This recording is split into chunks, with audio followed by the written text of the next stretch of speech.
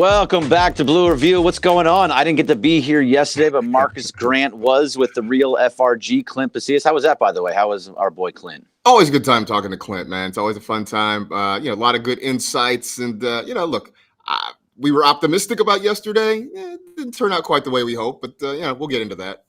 No, it didn't turn out the way we hoped, but just what we do like to talk about, though, is the Blue Review is presented by LAX at Los Angeles International Airport. Changes are arriving daily to reduce traffic, save guest time, and transform the travel experience. You can get any information you need at flylax.com/transforminglax. So let's just get into this. A lot of people are very, very upset, Marcus, after the one loss. I don't feel very bad right now. I mean, I get it. You're tied 1-1. Would be nice to take 2 at home. Now you have the home field advantage is now at Citi Field, but I kind of like the way that it's all set up. But just starting in one spot, I was okay with going with the bullpen game. I understood it. I liked it. I thought it was the right move. No, I agree with you. And I think especially after the way Flaherty threw in game 1, it set you up perfectly for that, right? You could go with a bullpen game in game 2, knowing you had the off day to travel to New York to kind of get the arms back in order again. Everybody gets that day off, and then you reset it with a couple of starters, Buehler in game 3, Yamamoto in game 4. So, I thought it was an okay decision. It just unfortunately didn't work out. Brazier gave up the home run to Lindor to lead things off. Then Knack just had the really bad second inning, and that sort of put you behind the 8 ball from there. But I think in terms of the thought process, zero problem with it at all. It was more just the execution of the players on the field. Yeah, and that's what it has to come down to. It's the execution of the players on the field. And I thought, Brazier did give up that first run. You just wish Knack could have kept the ball in the yard. It would have changed the entire game, because after that, it was really nothing was given up. They came back. They put up 3 runs. I mean, they had chances to get more runs. They had the bases loaded. In the was it the 5th inning, they had bases loaded. They had another chance in the 6th inning when they brought in 2 runs.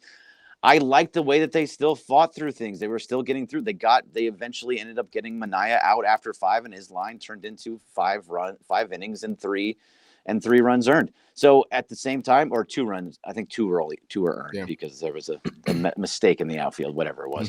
But no matter what, they got there. They got to what they needed to do. I just needed a little bit of better pitching, and I actually thought that the bullpen, outside of the Brazier home run and and how Knack was just a mess completely all the way around, it was good all the way through. I have one bad decision that I didn't like, but we'll get into that in a minute. What do you think of the bullpen game? No, I mean, I thought they pitched well. You're right. Aside from the Knack second inning, they kept the Mets off the board until Enriquez gave up that run in, was the 8th, I guess it was, 8th or 9th. The top of the 9th. Yeah. And that sort of kind of put it, I think, out of reach a little bit. But the fact that they battled, you mentioned that, they scored 2 runs in the 6th inning. At that inning, they actually brought the go-ahead run to the plate. Yep. They had Kike on base or at the plate with the bases loaded, very nearly beat out a ground ball, a double play, which would have scored another run, would have kept the inning alive. So, no, I felt like they battled really, really well. And, it was one big inning by the Mets that sort of doomed them. But again, I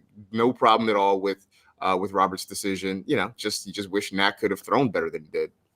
Yeah, that's it. The only decision that I didn't like from Dave, and I think this might be one of the only decisions that I didn't like at all from this entire postseason so far, is bringing Henriquez back in the 9th inning. I just thought there was another way you could have gone there. I would have preferred Casparius.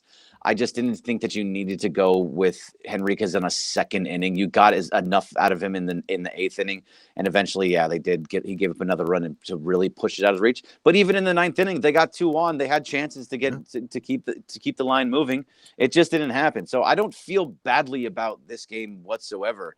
You see it on Twitter, everybody just freaking out. Oh, this is awful. Everybody's terrible. Shohei sucks. Mookie sucks. Dave Roberts is the worst. Like, yes, they lost, but it's okay. It's okay. Yeah, I mean, it's fine. It's not fine, but it's okay, right? And it was the thing I said yesterday with Clint Pasillas is that it's hard to say a game 2 is always a must win, but I feel like if you were the Mets, to have the bullpen game situation get away from you and then have to go back to New York to deal with Buehler, who is pitching well, with Yamamoto, who was absolutely dealing in game 5. I just thought that would have really put them in a bad situation. So for the Mets, it was sort of, one, getting even, trying to get that home field advantage back on their side. But also, I think after game one, where they just looked lethargic at the plate, a lot of quick bad at bats, I think it was sort of necessary for them to kind of get something going. And just a reminder that, look, as well as the Dodgers played those last two games of the Padres series and then that first game of the Mets series, there's a reason the Mets are in the NLCS, right? Like, you punch them in the mouth, they're going to punch back. And so they got their licks in yesterday. Now it's time for the Dodgers to regroup and go get them in New York. And I have full faith that they will. And I really like the fact that it's how it's set up in New York, where it's going to go, Buehler, Yamamoto, Flaherty. I think if you have that set up to actually have good outings, and the Mets seem like a team that they're going to swing and miss. They're going to be aggressive at the plate, and they are going to strike out. It's very opposite from what we saw with the Padres, where they're extremely patient. They're going to wait for their pitch, and they're going to just keep the line moving. I feel I'm more afraid of the home run from the Mets than I was the Padres, but I am less afraid of just the random singles, doubles that you're afraid of with the Padres. Yeah, that too. And I actually have more fear in the Padres rotation than I do the Mets rotation. I mean, Manaea was fantastic. Let me not take anything away from him because he really kept the guys off balance yesterday. But you sort of look at the rest of that pitching staff. You look at that bullpen. They've already sort of taxed it a lot. I mean, they had to use a lot of arms to get to this point. They had to use a lot of arms on Sunday in the series opener. I know they get the day off to sort of regroup a little bit, but their bullpen was not that deep to begin with. If you're the Dodgers, the last thing, you don't want to hear trumpets in the ninth inning, right? You just don't want to hear Edwin Diaz coming out to the trumpets in the ninth inning. Beyond that, I feel like over the course of this series, they can get to anybody else that's coming out of that bullpen. I think you can get to Edwin Diaz too. I mean, I know that they didn't, but there was the opportunity was there against Diaz. So, and I think he's one of those guys that kind of like Robert Suarez, who we didn't see very often. I think we only saw him once. Mm-hmm. The fact that you can get to them. They have been struggling down the stretch. That they are the types of pitchers that you're like, oh man, if they're on, they're unstoppable. But other times you're like, we can get to him. And I think Diaz is one of those guys that he's going to come up another time with a chance to save a game, and the Dodgers will get to him. It just seems like, and just back to Manaea for a second, Manaea was doing the type of thing that I felt like Darvish was doing, just attacking the strike zone, not making you a team that is trying to be patient because they had to deal with guys like Dylan Cease and Michael King and those types of pitchers that were all around the outside. And even Kodai Senga was all around the strike zone. They're trying to be patient. And when you have a guy that's consistently giving you that first pitch strike, it changes your whole approach. And they were just kept off balance by him. Yeah, no, I mean, I think that's exactly what it was. I mean, Shohei looked very just turned around in a couple of bats against Manaea. Those first 2 or 3 at bats, he just did not look comfortable there. I know it's kind of becoming a thing of Shohei not hitting with nobody on base.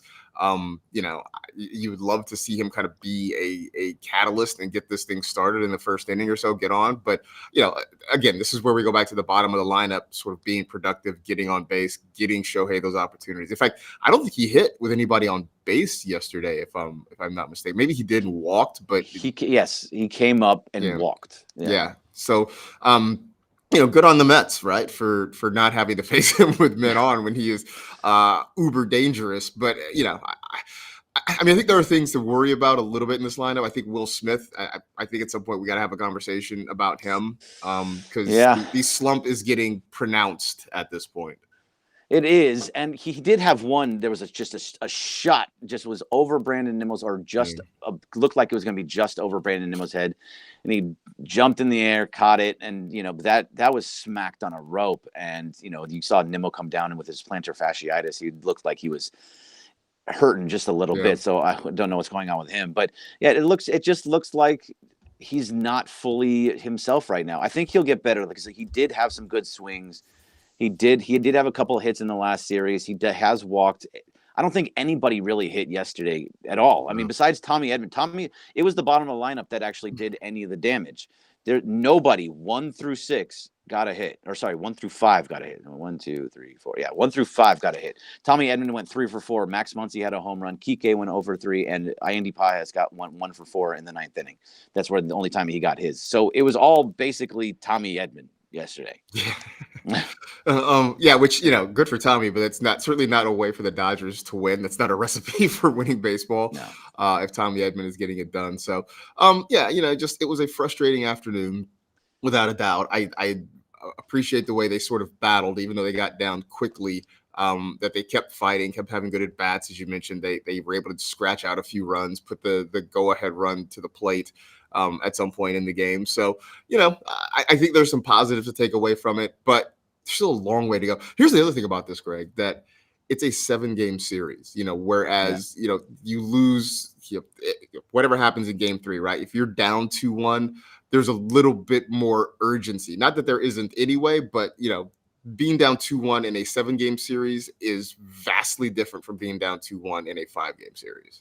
No, yeah, much different. So there's plenty of time, and I actually think they're going to take the series lead. They're going. I really have faith that Buehler in New York. I know he's better at home, but I have full faith that Buehler tomorrow is going to pitch and pitch well. He's been pitching really well. Just the defense fully got away from him, and I hope that the defense doesn't give him his problems tomorrow, because that's kind of it's happened more than one time this season since he's come back. Yeah, and when I was tweeting about it yesterday, somebody responded that they didn't feel great about Buehler going. I said, well, look, 3 of his last 4 starts have been really good. Even that San Diego start in the NLDS was good. It was the defense behind him that let him down. But Buehler himself, aside from the home run to Tatis, had a really good day. So I feel confident in him. Look, for all of his struggles, the thing that I appreciate about him is that he wants the ball in a big situation, is that he still believes he can go out there and be that big game pitcher. And he sort of showed that down the stretch. So, I feel confident with him. Yamamoto, between the Yankee Stadium start, the Game 5 start, has shown that he looks like a big game hunter out there. So I think these guys going into Citi Field, where, look, it's going to be crazy. Those folks are going to be nuts there for the Mets. I feel confident that the Dodgers can get a couple of good starts. And again, the more you get out of your starters, the better your bullpen is, the less that you're having to use some of those high leverage arms, which, by the way, I think that was some of the reason we saw Enriquez for an extra inning, that we saw Honeywell for as long as we did. I think once the score got to where it is, to where it was, I think Dave Roberts kind of decided, look, we're going to save some of our high leverage arms, until we can maybe make this thing closer, take a lead. Yeah, no, I thought that's why I thought they did a great job with it. I mean, you saw Bonda, and he's your only lefty and kind of like right teetering on that high leverage arm, but he's the only one. You save the big 3.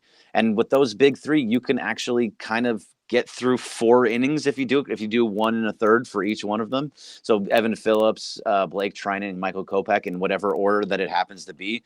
I would assume that Blake Trinan is essentially the closer, or the big inning. He's the fireman, essentially. Yeah. He goes back to being that fireman. If 1, 2, 3, 2, 3, 4, 3, 4, 5 come up in the 8th inning, he'll probably pitch there, and then Kopech will pitch after that. If that ends up coming up in the 9th, you'd most likely see Trinan there. So I thought that they did a great job of handling the bullpen.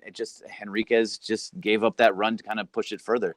One thing I want to ask you though, Marcus, is I'm changing subject on you again because I'm all over the place, but Mookie Betts.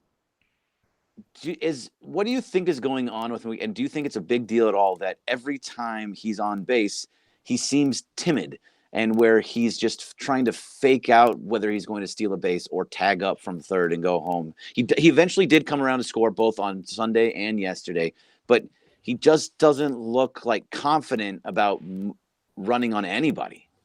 Yeah, I don't really know what that's about. I don't know. I mean, the tagging up from third in Game 1, that one is still a little bit of a head scratcher. I guess he just didn't feel like it was deep enough. I mean, Betts has good speed, so I'm not sure why he wouldn't want to challenge in that situation. And it worked out when Muncy gets the single and he scores anyway. I think when you talk about him maybe stealing from first base, I don't know if he's just not reading pitchers well, or what the situation is, or if it's just he doesn't necessarily want to distract. When Freeman's in that third spot, if he doesn't want to distract from Freeman trying to hit on a bad ankle, I don't know. I certainly have noticed it, but I don't have any sort of clue as to what it is. I don't know. Like we have solved the Mookie hitting the ball problem. Now we have to solve the Mookie base running problem, I guess. No, I know. That's kind of what it's because that was such a big part of his game in 2020 when they won the World Series. Like, he was massively aggressive on the base pass and would go first to third, or he would go second to home because they needed those runs, and they won the World Series a lot behind his aggressiveness. So to see him not being aggressive, I don't know if he just doesn't trust Alvarez's arm, because Alvarez threw out Shohei at second for the first time in the postseason when he tried to steal. But which is wild, by the way. Like, this was the time that Shohei decides to get thrown out, in a playoff series. Like, that's wild. Which at least it wasn't like a huge moment, but still, it was just a little bit odd. Right. So I just you want more aggressive Mookie, and because you're getting aggressive Shohei. Shohei is doing things that are kind of ridiculous. And I don't know if I've had a chance to talk to you about this. I feel like I'm never on the Blue Review anymore. But from there was a time, I think it was in San Diego, that he tagged up from first to go to second and on a ball to center field, which that's stupid. Nobody does that. And then in game one, he went from second to home on a ball that was in short left field that he barely just got under the tag because he's faster than anybody in the world. Those are the types of aggressive moves and the type of things on the base pass that win you games and win you series. So it's good to see one guy being aggressive. I just don't know why Mookie isn't being aggressive. Yeah, I don't know. I'm trying to figure that out too. Like, again, I don't know if it's he's just not trusting what he sees right now or what, but it's very strange. But yeah, to have Shohei kind of be the catalyst, which again sort of is a missing element, that he's not getting on base with nobody on, because having him stand on first base, even standing on second base, knowing he might take third, is just something extra for the pitcher and catcher to have to think about. And so far, they haven't really had to deal with that in this series. So that's sort of missing. But, I believe at some point it's going to work itself out, that Mookie's going to get back to fully being Mookie again, just hopefully sooner rather than later. Yeah, no, hopefully he will. And look, I have every faith in the world for Mookie Betts. I know he didn't get any hits yesterday, but neither did anybody else besides basically Tommy Edman. So, I'm not worried about those types of things. I think he's going to be just fine. He's going to come up with big hits, and all these guys are going to come up with big hits.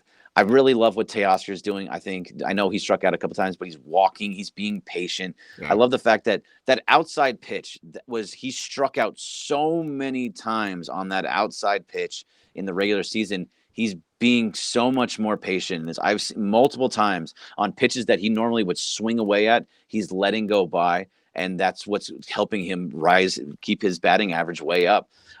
Sign this dude now, right? No, like why is this taking so long? Because the last thing you want if you're a Dodger fan is for Teoscar to hit the open market and some other team make an offer that he loves. I mean, I want to believe he likes being here in LA and likes playing for this team. He's obviously been incredibly productive and everybody loves him. So hopefully that carries some weight, but man, you just don't want to let it hang out there and give some other team a chance to make him a good deal. No, I know. And hopefully, he seems like he really wants to be here. It seems like he's trying to be here, and he's like, I want to be here for 3, 4, 5 years. He's saying it in the dugout. This is the reason that he came here, to be in these big games. I think he really wants to be a Dodger, and he's one of those guys that you just look at and go, he's staying, right? I just really feel like he's going to be here next year and for the next few years. Yeah, I think so. I mean, look, I want to believe, and maybe this is me wearing my blue-colored lenses, that a lot of these guys who are about to hit free agency on this team want to stick around, right? Like, regardless of how this season ends, that this group wants to run it back because they see how good this team can be. So keeping Teoscar in town, making sure Flaherty stays around and pitches for his hometown team. Just all these guys that came in at the trade deadline, trying to see how many of them, are willing to stick around and see how good they can be over the course of 162 next year.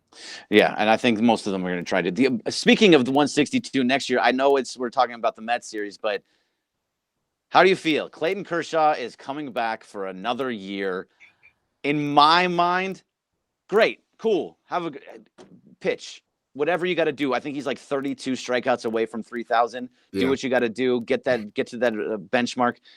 I would truly, truly be shocked if he factors into the postseason next year.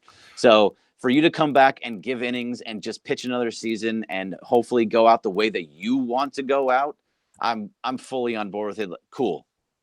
Yeah, I have no problem.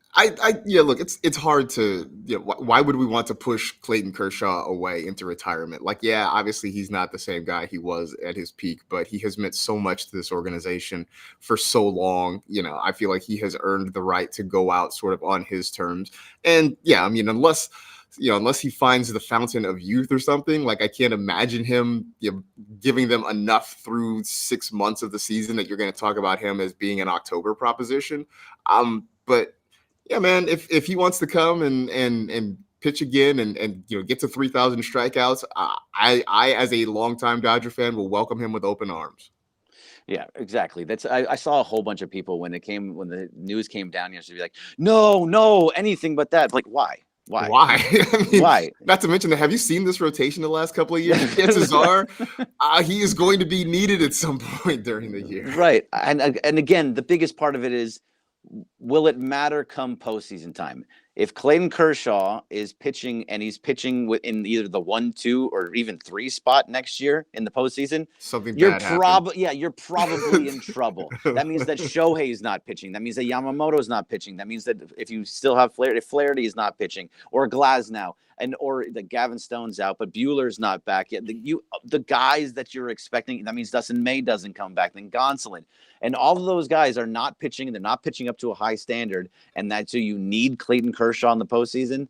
I just don't think it's going to matter. So pitch in the regular season, throw out everything you got, get as many strikeouts as you can, hit that 3,000 mark, and good for you, and end your career on the way you want to end it. Do we have any update on Glasnow's situation for next year? No. I haven't seen anything. I haven't either. I didn't know if I missed something. So okay, I don't think it's like one of those things where he's out for the entire year.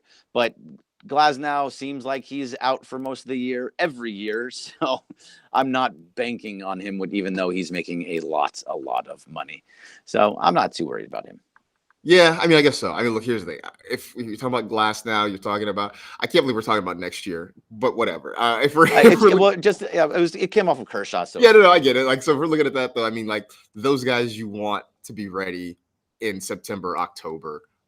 It's great to have them in April and May. September, October is where you need those arms.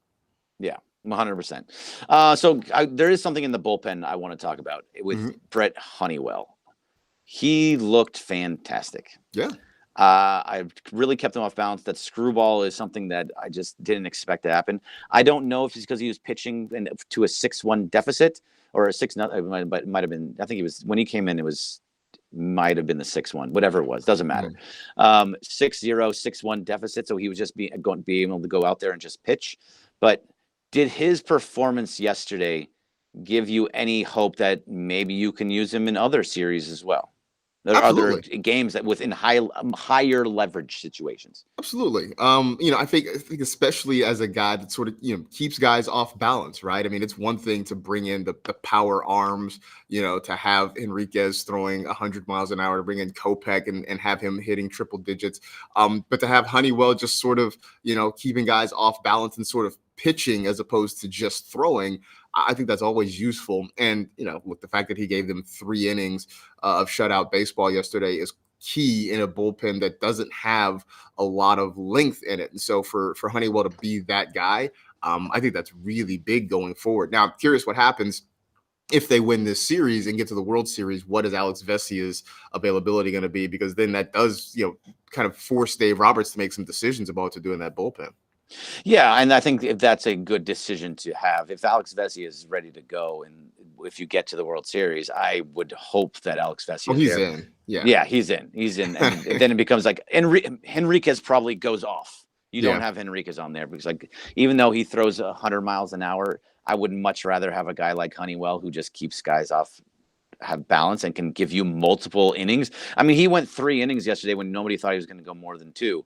Ryan R. Fear the turtleneck, fear the turtleneck, fear the mullet, fear whatever the hell you want to call it. But that dude he has confidence to wear a turtleneck like that in the middle of 100-degree weather. Yeah, like he has confidence to go out there and just beat anybody. All right. Well, we only got a couple minutes left. Is there anything left that you want to get into? Want to get into for tomorrow before we get out of here? Other other than look, hopefully they take this day to, I know they're traveling, but to sort of rest up a little bit. I hope Freddie's ankle is okay, making a cross-country flight from Los Angeles to New York, because, it's been, I think it's hurt us all watching him try to play on that bad ankle right now, but he's still swinging a good bat. So, just rest up and let's get ready for game 3. And hopefully Buehler goes out there and looks great again. Yep. Hopefully it all comes down, and we'll be back here tomorrow, Marcus Grant, with somebody, because I have a big managers meeting and I cannot be here tomorrow again, which really does not make me happy in the slightest. But I will try and I will figure out who's going to be with Marcus. It could be Parker Bell, it could be Jeff Spiegel, it could be FRG again. We'll have somebody with Marcus Grant tomorrow. Thank you to LAX. Thank you all for being here, and let's go Dodgers. Don't keep the faith. One loss is nothing. They lost game 2 against the Padres. Feel good. Feel good today.